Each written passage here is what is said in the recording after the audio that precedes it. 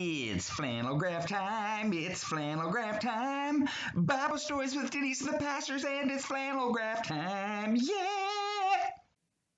Hello, everyone. Welcome back to Flannelgraph time. Last week, we learned that Joseph finally got to see his little brother Benjamin. Now, remember, Joseph is now the Egyptian governor, and his brothers still don't recognize him. I asked you all a question last week to see if you could think of who it was that Joseph had not seen yet. We're going to find out right now, but I need all of you to help me start the story. Hold your hand up. We're going to count down. 5, 4, 3, 2, 1. Joseph had finished a big meal with all of his brothers and his little brother Benjamin. Now it was time for all the brothers to return home to their father Jacob. But Joseph didn't want Benjamin to leave. So Joseph came up with a plan to keep Benjamin in Egypt with him. Joseph told the manager of his house what to do. Fill the men's sacks with as much food as they can carry, He said. Put each man's money back in his sack again. Then put my silver cup in the youngest one's sack, into Benjamin's sack. When they leave tomorrow, we can show them the silver cup and ask why they took it. I will then be able to make Benjamin stay here. So the manager did what Joseph told him to do. This is the silver cup.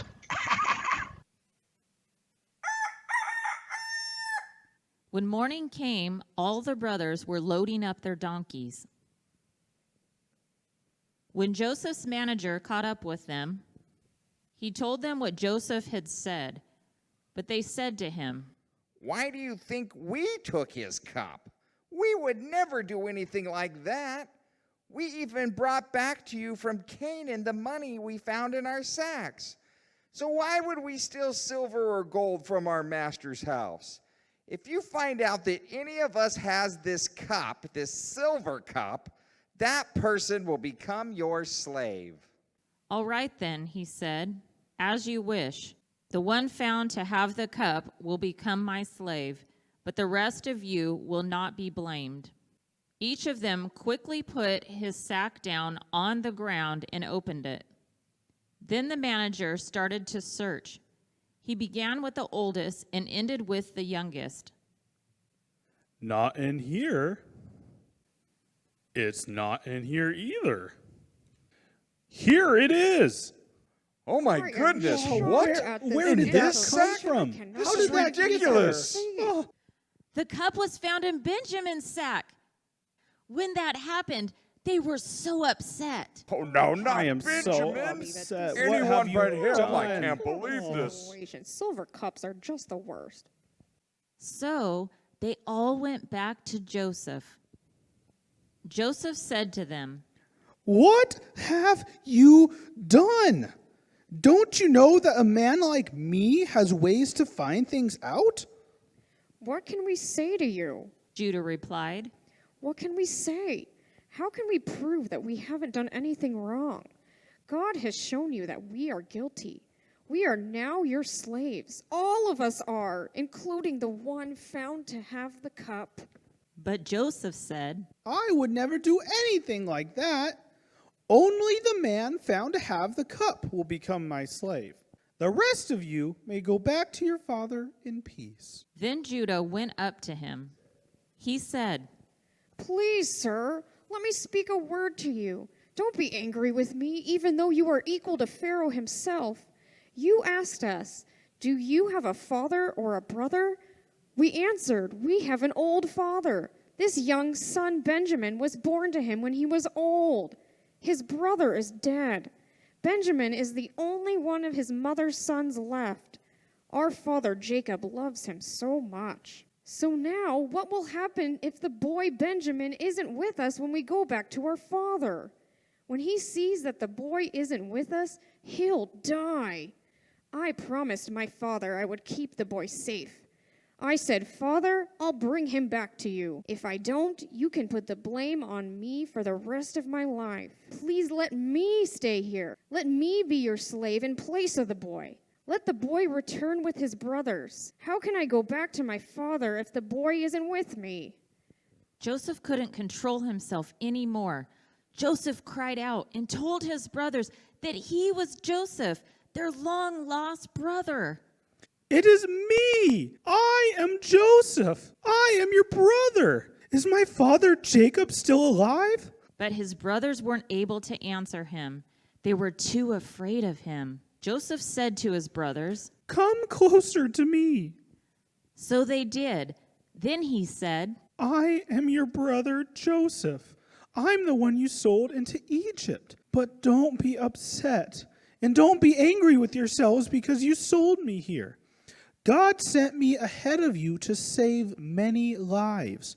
For 2 years now, there hasn't been enough food in the land. And for the next 5 years, people won't be plowing or gathering crops. But God sent me ahead of you to keep you alive on earth. He sent me here to save your lives by his act of mighty power. He made me master of Pharaoh's entire house. God made me ruler of the whole land of Egypt. So then, it wasn't you who sent me here. It was God. Now, hurry back to my father. Say to him, your son Joseph says, God has made me master of the whole land of Egypt. Come to me. Don't waste any time. You will live in the area of Goshen.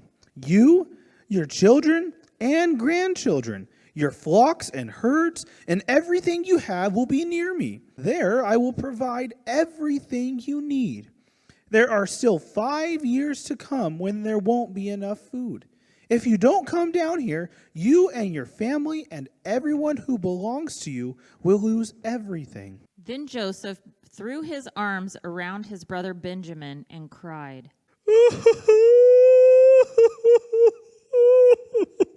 Benjamin also hugged him and cried.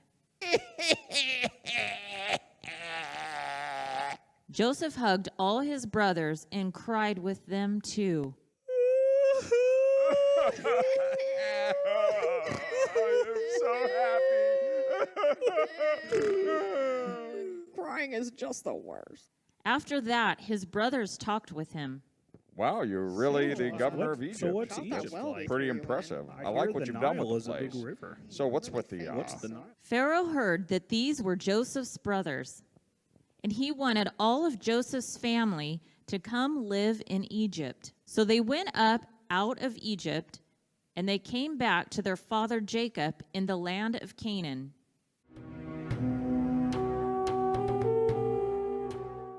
When they got to Canaan and saw their father Jacob, they told him, Joseph is still alive. In fact, he is ruler of the whole land of Egypt. Jacob was shocked. He didn't believe them at first. So they told him everything. Jacob said, I believe it now. My son Joseph is still alive. I'll go and see him before I die. Jacob's sons put their father Jacob and their families in the carts that Pharaoh had sent to carry him. So Jacob brought his whole family to Egypt. They took their animals and everything they owned with them. As soon as Jacob got to Egypt, Joseph threw his arms around him. Then Joseph and Jacob cried for a long time. My long-lost son. Oh, Daddy's here. Oh, we have to cry for a long time.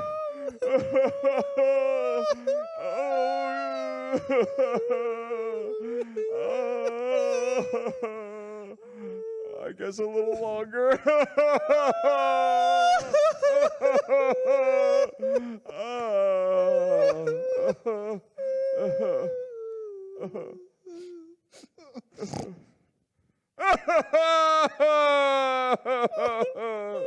Is that enough? I think so. Okay, like one more. Let's take a quick one. Ready, set. Okay, Wait, that was too loud. Let's end on a quiet one. Ready, and 1, 2, 3. Jacob said to Joseph, I have seen for myself that you are still alive. I can die peacefully now. Then Joseph brought his father Jacob in to meet Pharaoh. Then Pharaoh asked Jacob. How old are you? Jacob said to Pharaoh, I am 130 years old. Pharaoh welcomed all of Jacob's family into Egypt, where they now were going to live. Sometime after that, Jacob died. Joseph and his brothers died too, but their families continued to live in Egypt. Then Pharaoh died too, and new pharaohs continued to rule Egypt. So that was our story for today, and our final story about Joseph. Joseph finally got to see his father Jacob, and his family got to live in Egypt long after Joseph and his brothers died. So we're going to be taking a break for the next couple weeks, and when we come back, we are going to start a new Bible story so that we can see what happens with God's people in Egypt. Have a great week. We'll see you when we get back. Goodbye. It's Flannelgraph time. It's Flannelgraph time. Bible stories with Denise and the pastors, and it's Flannelgraph time. Yeah!